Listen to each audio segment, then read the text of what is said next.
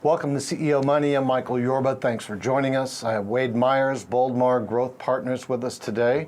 Wade, welcome to the show. Thank you, Michael. All right.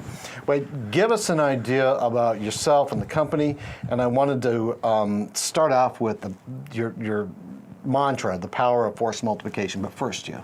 Oh, sure. So part of my background is that I spent some time in the Army and was an Army Ranger, where a lot of our terminology comes from. Mm-hmm. My partner in our business advisory business at Boldmore is a Marine, so also an elite warrior. And then after the military, went into corporate America, a large company, and eventually to business school, and then became an entrepreneur. And like many entrepreneurs, I wasn't fully prepared for how difficult entrepreneurship was and all of the things that hit me. And so I started becoming a student of business and trying to figure out, why did I make all these mistakes? How is this possible, as educated and experienced as I was at that point? In my mid-30s, launching my first business, I actually launched with a couple of acquisitions. And so it just kind of made a process of studying what was going on, the kind of mistakes that I made, and just kind of continuing my Boston Consulting Group analysis and strategy, as well as what I learned at business school, and applying that, creating frameworks, et cetera. And eventually I've started and invested in and acquired quite a few businesses at this point.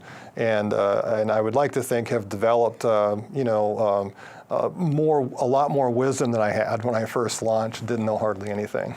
You end up getting that through the School of Hard Knocks. The power of force multiplication. How did that come about, and bread that out for us? Oh, sure. So in the special ops community, and any kind of a elite warfare model, you often will see, because of the training, the quality of weapons, the quality of doctrine and analysis, all of that is a much higher quality. So very few special operators can take on a much larger enemy force and win because of a combination of all of those superior things. And I'll give you one example. One of the most famous special ops missions considered by the special ops community worldwide as one of the most famous and most successful special operations missions was the raid on Entebbe. July 4th, 1976. Well, in America, we were celebrating the July 4th and the special bicentennial. What was going on as the raid on Entebbe was 102 highly trained Israeli commandos flew 2,500 miles, landed in Uganda at the Entebbe airport. And Idi Amin's, kind of enemy territory, where terrorists were holding 102 Jewish hostages. They had released everyone else that was non-Jewish. They were threatening to start killing the hostages. Now, before they flew that 2,500 miles to complete this raid, they had done what we kind of call our strategy framework at Boldmore, rigorous analysis. They had gone back and interviewed people that had been at that airport real recently. They had maps created. They quickly created a training area and a mock-up of the airport and all the different properties and buildings on the airport, the control tower, et cetera. And they created, from all of this analysis, rigorous analysis, they then went through a process of what we would call dynamic synthesis, of synthesizing all of the intel that they had from Mossad and other global intelligence agencies that were allied. And through synthesizing all that, then create a bold strategy.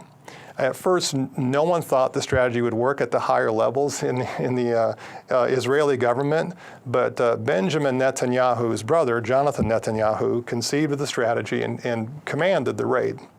And that was a bold strategy. Then they rehearsed over and over again. They only had 1 week until they were going to start killing hostages. And so in that space of 1 week, they rehearsed all day and most of the night, including tactics as precise as soon as the aircraft landed, while they were landing, the back cargo door was going to open and a Mercedes sedan was going to shoot out, gaining 100 miles per hour speed within just a few seconds and race towards the control tower.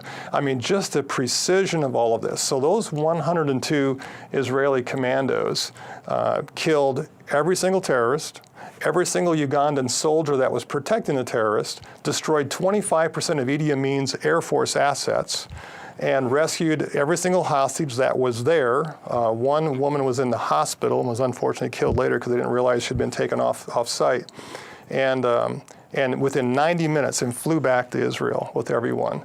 And the only person that perished on the Israeli side was Jonathan Netanyahu, Benjamin's older brother. But it was unbelievably successful because of that. Rigorous strategy, dynamic synthesis, rigorous analysis, dynamic synthesis, bold strategy, and then decisive execution. And when they were on the ground, it's like Muhammad Ali would say, every boxer has a plan until he takes the first punch, right? Once they were on the ground, things started going wrong, right? But the ability to make a decisive decision on the ground and execute properly, given all of that preceded that, that's what makes it successful. So when we talk about force multiplication at Boldmore Growth Partners, that's what we're describing as every entrepreneur, every business owner needs really rigorous analysis. They need to understand what's going on in the marketplace, right? And the metaphors are perfect, right?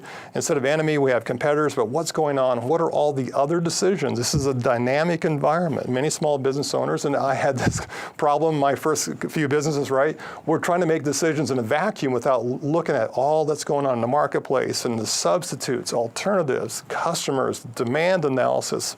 Once we've done all this analysis, then we can start to synthesize that. And then once we've synthesized all that and looked at best practices from other industries, et cetera, then we can create a bold strategy, a strategy for growth, how to create a uniquely better value proposition that is uniquely better than anyone else, and that'll help us grow. And then decisive execution. That's force multiplication. Then a small business can take on competitors like Fortune 500 companies and win and grow, because we do face formidable competition as small business owners. We do. That's brilliant.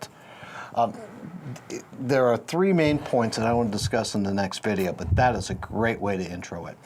Thanks for watching CEO Money. I'm Michael Yorba. Don't forget, like us on Facebook, follow us on Twitter, and subscribe to YouTube.